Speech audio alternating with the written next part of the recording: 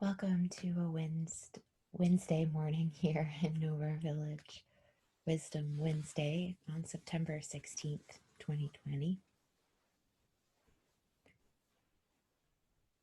Last week, I talked about desire and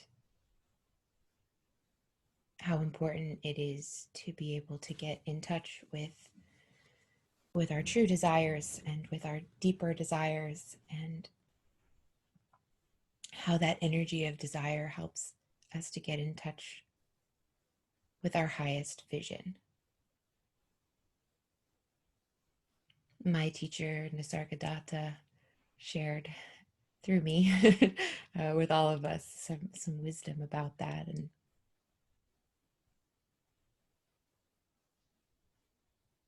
he said, with no desire, you're dead.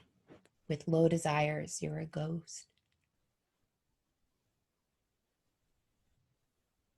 And that as long as we think that we're satisfied by our little desires, we're not going to be able to manifest that higher vision and live in the vast, powerful energy of those truer, deeper desires. And for me, I can see how this has played out in my own life. All of the little addictions that I have, right?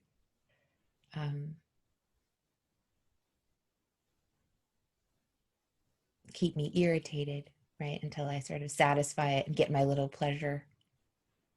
But then I'm right back in that little trap. In Tibetan Buddhism, there's the image of the hungry ghost, which is really all of us who are trapped in our own little addictions, be they, coffee or cigarettes or, or the addiction, of course, to promoting ourselves and putting ourselves in the world, our addiction to getting likes on social media. Something that we talked about right after I got out of retreat was this idea that it's the idea of me and mine that keeps us in suffering. And it keeps us on that wheel of samsara, as they call it in Buddhism and yoga, but it's a phrase that's used a lot in Buddhism, the wheel of samsara, meaning that just vicious cycle, basically, of staying in our low desires.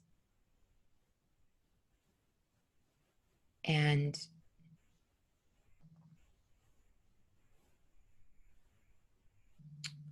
I want to, first of all, say that there's a little trap here, and I just fell into it or encouraged that trap with just even, and Nisargadatta does too, and using the word low. Because one of the main obstacles to living the beauty way, to living in the fullness and the vastness of the self and the universe, one of the main obstacles that keeps us from actualizing our fullest desire and our highest vision is binary thinking.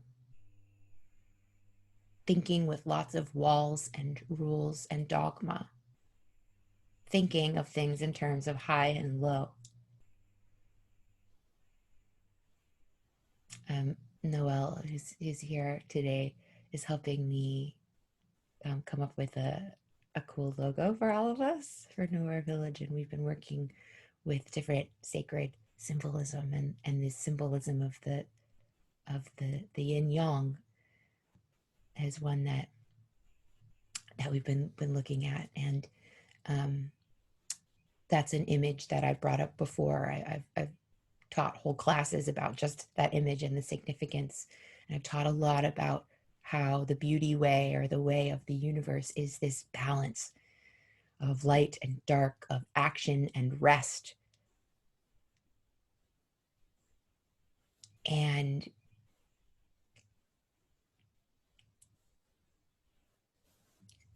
And that is, as long as we think that action is good and rest is bad, that light is good and dark is bad, etc., and name any binary, right? We live in a sexist culture, which means it's one where masculine, you know, masculine, quote unquote, um, qualities have been for a very long time said to simply be better than feminine qualities. Racism is where that shows up in terms of the color of one's skin, or the ethnic background.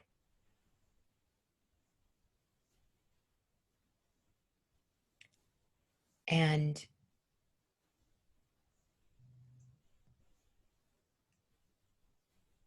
as we wake up from a culture that is inherently unhealthy, one that wants to split up the yin and the yang and put one on top of the other rather than letting them dance in that dance that ends up being harmony and equality, though it doesn't always look like that. It might look sometimes like we rest very deeply or we're very active, but that they come back into that harmony.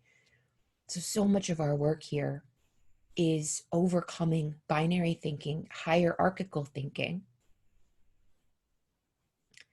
And it is so deeply ingrained in all of us that even if you're no longer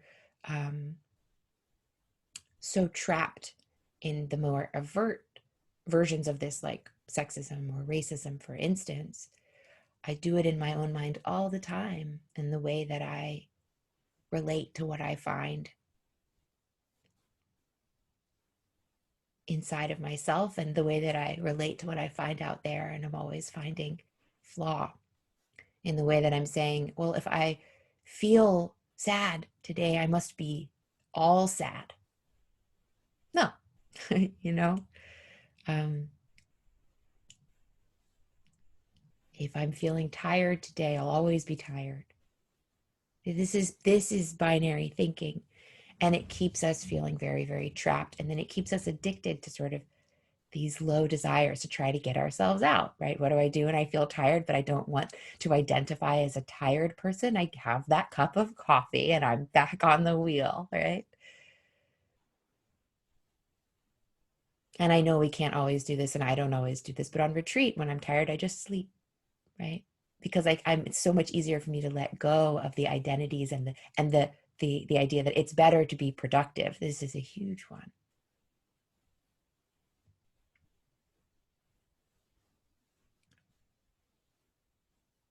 So looking for in yourself, what are the obstacles for you in terms of embracing the fullness and the truth of your actual experience? Mine always come back to, yeah, certain identities and certain things that bring me a little sense of pleasure, right? Whether it's a physical pleasure or that egoic pleasure of feeling productive or having somebody reward my work. And the meditation practice is, of course, the experience of allowing it to be perfect already as it is, in all of its vastness and with all of its variation.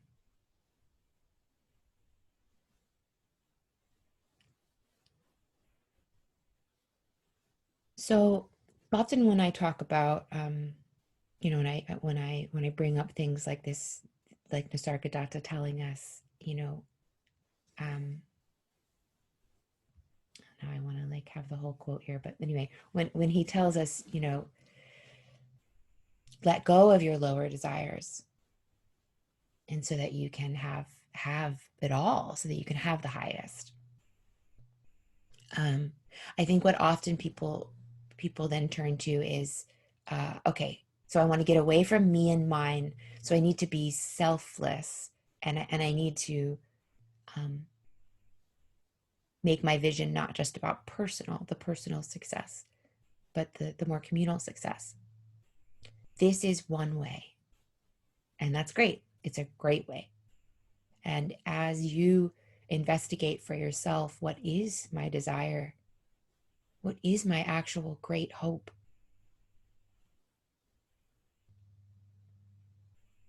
What is my vision?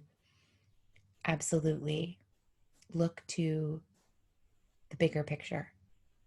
But that's not the only way. And I want to talk about another way here in a moment. And I'm going to offer you guys those creative practices to go along with that.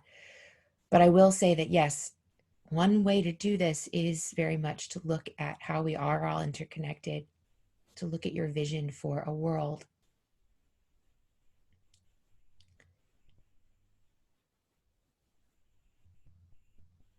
To realize that anything that you have for yourself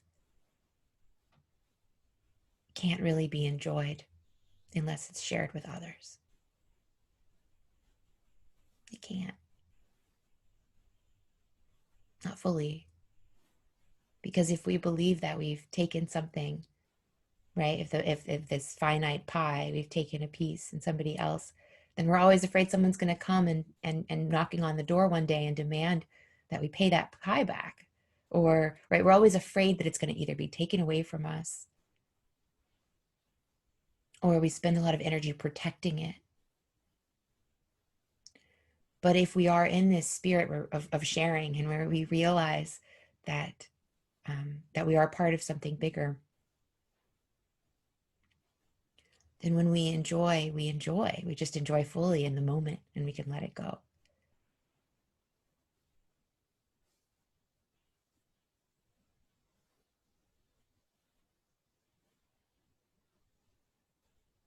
We can remember that the gifts come from the source, from the all, and they come to all. So that's beautiful. That's a great way to work it. One simple way to get to vision through that sense of being interconnected is to think of someone that you really love. We call them scions, right? The people that you want to give everything to. Children is a good place to start. Think of someone that you really love and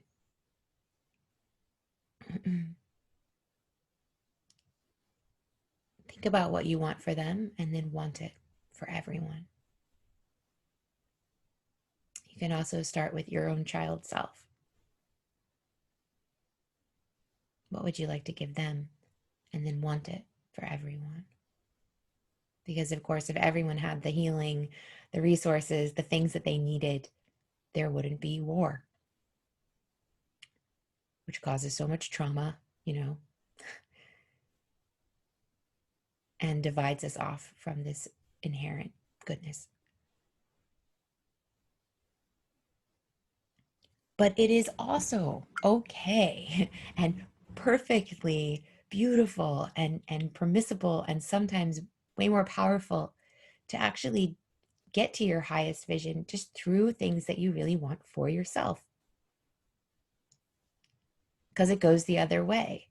If you were healed, if you were whole, if you were integrated into the beauty and perfection of life, you would manifest that all around you. You would be a model. And guess what? You already are, right? We're already all doing that. We've already all had those moments where our light was so bright that somebody else got guided by that.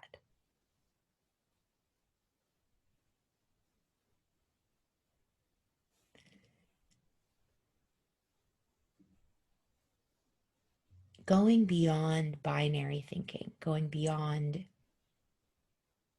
logical, arithmetical thinking. We sometimes call it left brain approach, right? Getting beyond that, there's many, many ways. And at the beginning of the month, I talked about different ways that Indigenous cultures get beyond the binary to enter again into the fullness of the universe and to access their vision, right? Vision quests, various practices that we do spiritually to access these different states. Working with your dreams, there it is, right? Every single night, your subconscious, the not so analytical, logical mind goes into a space where it's dreaming isn't binary. Oh, it was this one friend of mine, and then it became somebody else. And then it was, right? Everything is moving together, right? So working with your dreams and working with creative practice. And that's what I'm gonna use the rest of our time talking about. These are all ways to go beyond these limitations, these sort of walls of our minds, in order to access deeper truths that have been wanting to come out, right? They show up in our dreams. They show up in these kind of shadowy realms and unconscious ways. And creative practice, spiritual practice, vision quests, plant medicine journeys, and yeah, any time that we're engaged in an artistic endeavor, all of this helps us to bring that unconscious to the conscious. And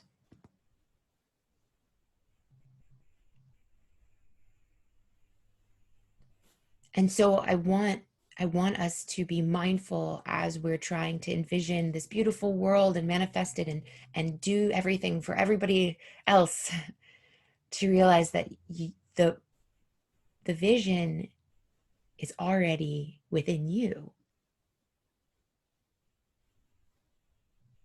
And that accessing that and getting down into the unconscious, subconscious is a great gift to the world. And so don't shy away from accessing things that are desires, that don't be afraid that it's selfish to want a higher desire for yourself.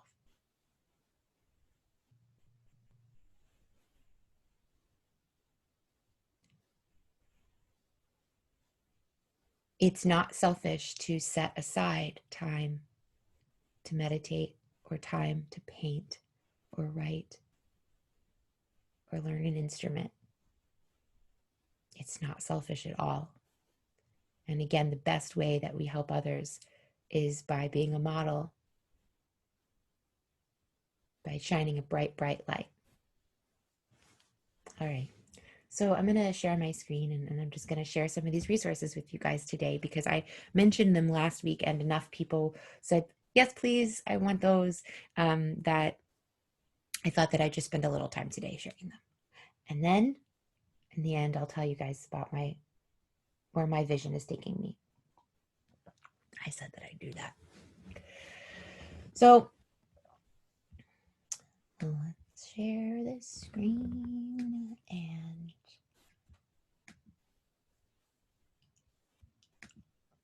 so this isn't the one I want. This, okay, so this is the link that I shared for those who are live, and I'll share it for those who are watching as well. I see a few of you are on here. Okay, so this is what I'm calling our creative practice starter kit. And it's just this pretty short doc here, okay? For me, I know sometimes I give you guys a lot, but so, okay, it's really simple the way that we've set this up. You want to create a creative practice habit, and a habit equals space and time for practice. That's how it starts. And so the first thing that you're going to want to do is find a little space for yourself that is conducive. And as always, I've got some prompts here for you to just contemplate for yourself. What is going to make that place the right place that you want to arrive into and do your creative work?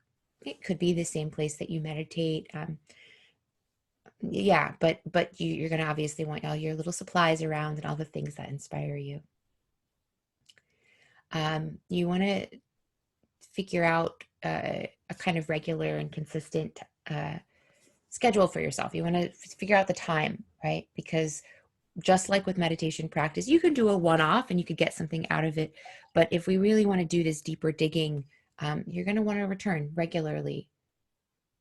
So the two ways that I suggest people do this is to either set a timer and fill that whole time with creating, option A, or to have a sort of quota and say, I'm just going to commit to staying here until that quota is filled, until I complete this aspect. As with all of this, you can ask questions if you have them. I'm just going to keep going through here. I use the ABCs template here to help people get going, get started. And so some of you know this: arrive, breathe, connect to care. That's A, B, C. And I just think it's really important to do this before I engage in anything that I care about, is to arrive fully, to get embodied through my breath, and then remember why I care. Without remembering that, it's very easy to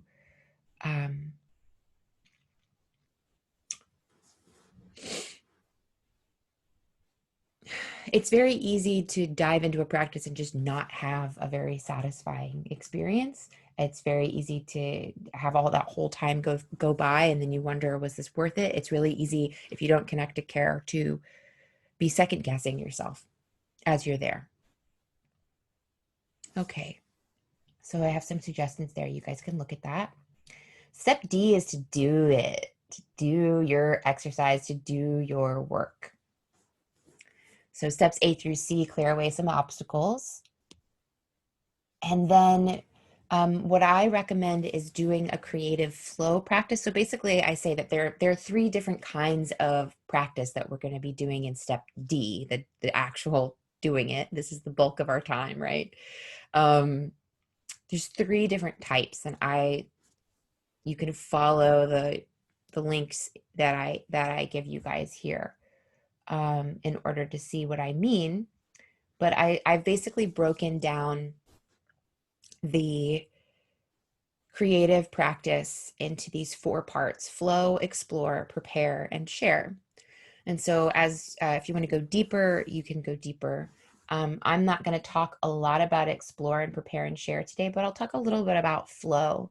So I'm going to go ahead and hop over to that screen in just a sec. I just want to finish this just to say the other steps are basically to close down your practice, just to take a moment to exist and take a breath when you're done, to wrap it up, to, close down your space properly, wash your paintbrushes, whatever you need to do, right? Simple. And then to go forth. That's it. Those are all the steps. And like I said, the main part is in this step D. So let's see. So here I arrived, I breathe, I connected to my care, and here I am sitting in front of my art supplies. If you're just getting started with something, you can go to the flow forms, right? And there's a link for you there.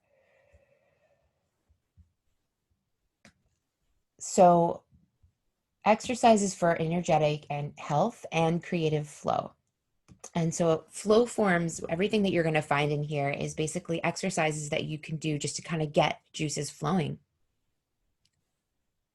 And just to give you a little glimpse, if you go down, I've got some that are specifically for writers or people who are working with verbal art, right? I've got some specific stuff here for people who are more visual, and that's not my main thing, but we have some visual artists in our community who could help you if you're trying to get deeper into that. But I do have some suggestions: physical, so dancers or people who are trying to create some kind of gestural art. Got guidance for you. And music, got specific guidance for you, and some simple ways of getting started. And then coming back up to the top, what you'll see at the top, so this is a longer doc. This is the longest of all of them in here. That so, and then up here you'll see that there are these guidelines for no matter what kind of artist you are and what kind of work you want to be working on, what flow is all about. I'm somebody who believes in practicing some kind of flow form every single day and at the beginning of any practice. And you can see what I name here as the benefits of this. You're taking responsibility for your inner world. You're experiencing the aspect of yourself that's an artist, a sage, a healer, and a conductor of energy. As we've been saying, we're vast, we're all of it. And if we ignore the creative part of ourselves, the healer of the self, we're in delusion. The flow is usually where we get access to revelation, to connection to new understanding. This is for an artist where we accumulate raw material. This is where you just are like riffing, you're just free writing or just free flowing, right? And so that stuff kind of comes to the surface that then we can use later. Obviously, we develop our skills, we hone our craft and our instrument. Doing a flow form in my body, of course, makes my body more limber and strong.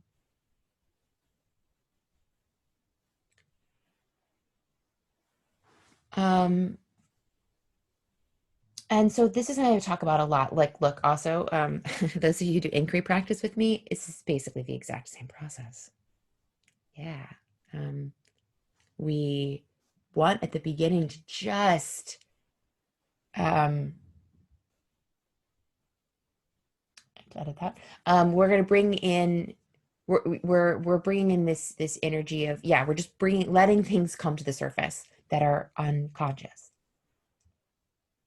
I'm gonna not go actually more deeply into this. I'm just gonna, you guys have it now, and don't be the editor. Here I am editing this as I'm sharing it with you. Okay, yeah, I'm gonna leave that there, actually just show you the rest of it so that you can navigate it for yourself. So the idea is, once you have done some creative flow, you could either in the same session, right? So, okay, I just did some flow for 20 minutes, let's say, and then I'm going to do explore for 20 minutes. Or you could do a whole session that's just flow and then come back to your practice the next day, let's say, and do an explore form. And what that means is I'm going to now go back to the raw material from my flow, and I'm going to explore what it is that feels most interesting here. So I'm not going to go through this one as much, but here are these different ways that you can explore. We're, observing what we have been, what's been coming up in our creative practice.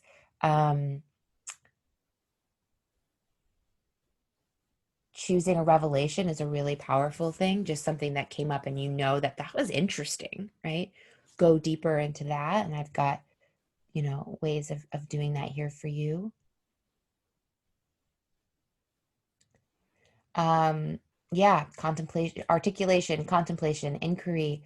So I talk about all of this. So you could just go through, take a look, let me know if you have questions, right? You could do research. What I mean is like, oh, wow, this really interesting thing came up. I'm going to now look up all the images of other artists who also were working with triangles. This is just a really random thing that just came to my mind as an example. But there's so many ways of exploring, and I want you to be able to just follow your instinct. But again, sometimes it's really helpful to have a piece of paper that you can look at that says, oh, you could do that. Okay, so these are all different ways of exploring and going deeper. And then finally, the last document covers really 2 phases of the creative process: to prepare and to share. And for me, most of my time is spent in flow and explore. And most of what comes up through my creative practices, I don't really ultimately share, or doesn't need to be kind of packaged and put out into the world necessarily. It's more for me. But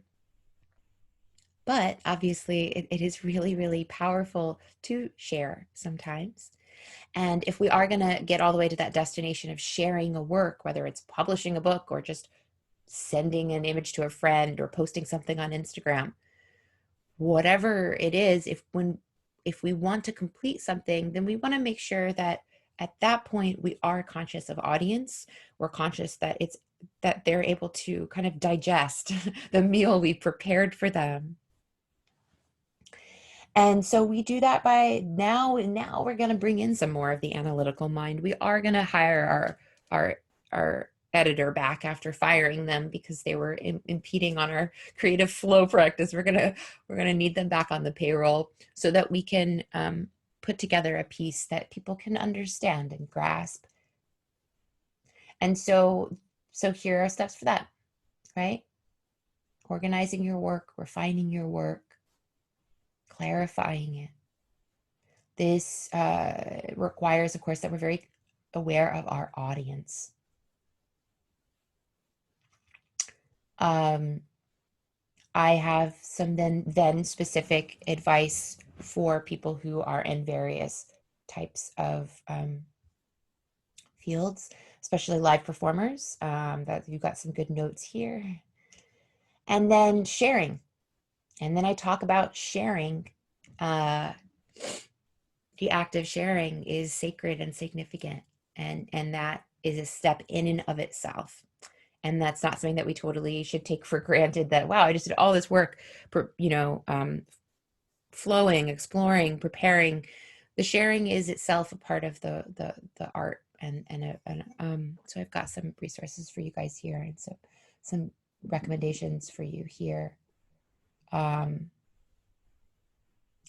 And you don't have to be an actor to be a live performer, quote unquote, because these days, right, if you're just making a little video or if you're a teacher, all of these things will be useful for you. So that is that. Those resources are now going to be up there for you. And I have decided I want to do a little equinox workshop, not at 7:30 in the morning, not during the morning time, and hopefully, oh, good, Holly. I'm glad that's helpful. I'm going to do a little workshop for us sometime in the next couple of weeks. You'll get a survey soon, seeing what times would work best for you. But I'm going to do a little workshop. We're actually going to practice this together, I've decided. And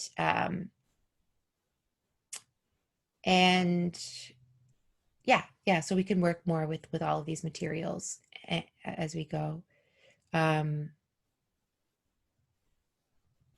I'm going to give you guys opportunities to practice it with me as well.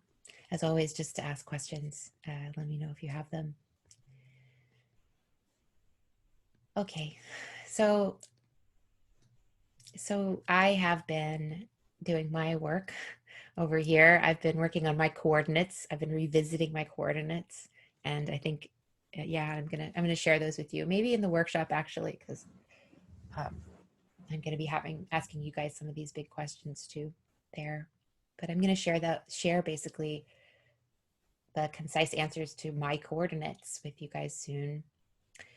But I've been using all of these tools that we use together in order to envision for myself a future. As many of you know, I am living in a temporary situation. I'm living in these little summer cottages that are not winterized, and it was just meant to be a little summer stint, and it's been wonderful. It is cold now. The last couple of days have been a little chilly, and I'm feeling the fall winds pushing me to fly. I have been obsessed with community for a long time, and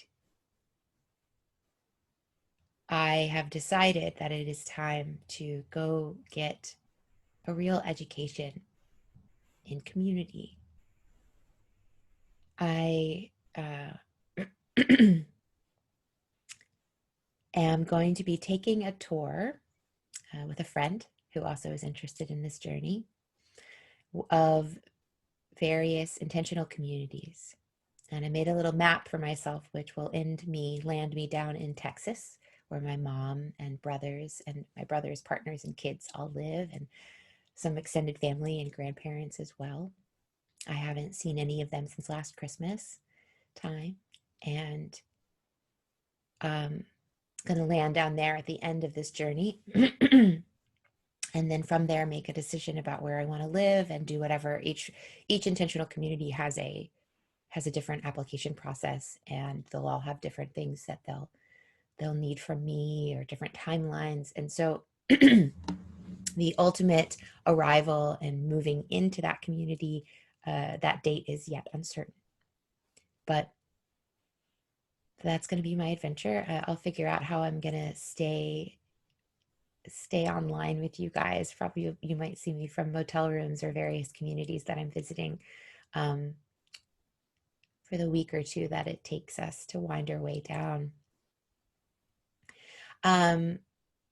Happy to talk more with any of you about the process. I did begin with a vision of what my ideal was, right? I did exactly what we've been doing. My perfect day, my ideal world. What does that look like? We did an exercise last Wednesday morning that was really similar to what I did, which is, okay, if I'm going to see a beautiful world where the people are taking care of it, what are those people like? And how do they take care of each other? How are these people living their values? And so again, all of our coordinates, right, come up. But I envisioned the ideal. I started to, I then did my explore. I did my research.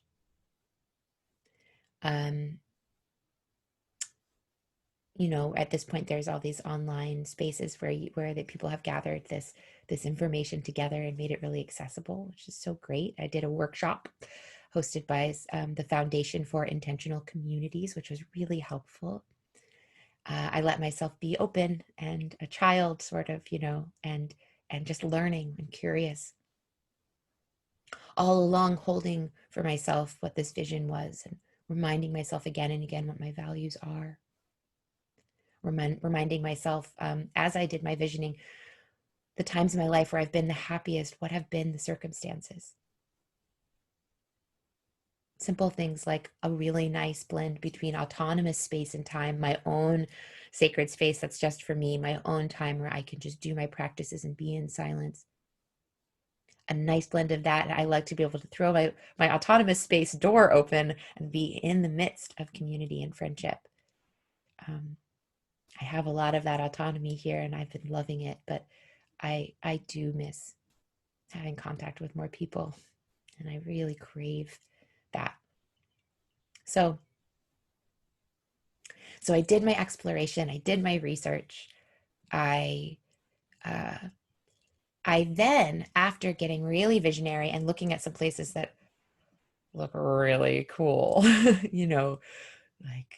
there's a spiritual community where their spiritual practice is all about art, and they basically made up their own mythology, and it's in this like hillside villa in Italy, and they have built these underground tunnels that are all covered in original art. And I was like, yeah, that's a dream. That I could totally see myself there. Cool. But then, of course, we bring the editor back in at the end. We bring the practicalities back in at the end. And the practicalities for me are leaving the United States. Doesn't make a lot of sense, as you can imagine, for various reasons. Financially, I don't have a lot. And this really should be a time for me where I stay honest about that. And so I also prioritized places in the country that tend to just be lower rent than the Hudson Valley or the West Coast. I prioritized, of course, well, this little practicality.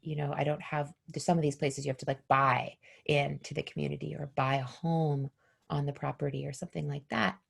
So I had to then narrow it down to places that I could do work exchange, or have a very cheap rent and lifestyle, so that I can continue to do my heart's work with you guys. And so then I got practical, right? And then I ended up creating this little map of intentional communities that met those goals. I knew I wanted a slightly bigger one, again, because of where I am in my life cycle, and just personal preference. I wanted bigger communities. Um, so I made a little map, and I will be driving down through Virginia, North Carolina, Tennessee, and Missouri, uh, visiting communities in all of those places before going to Texas. There is also a community in southern Texas that I will visit at the end.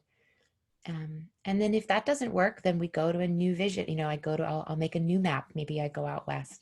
But right now, this is the plan. And I'll be heading out in about a month.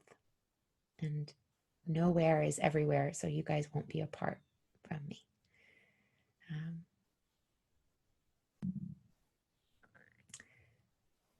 Thanks, Pam. Yeah, I think it does seem perfect, and it's just more of us learning, right, every day.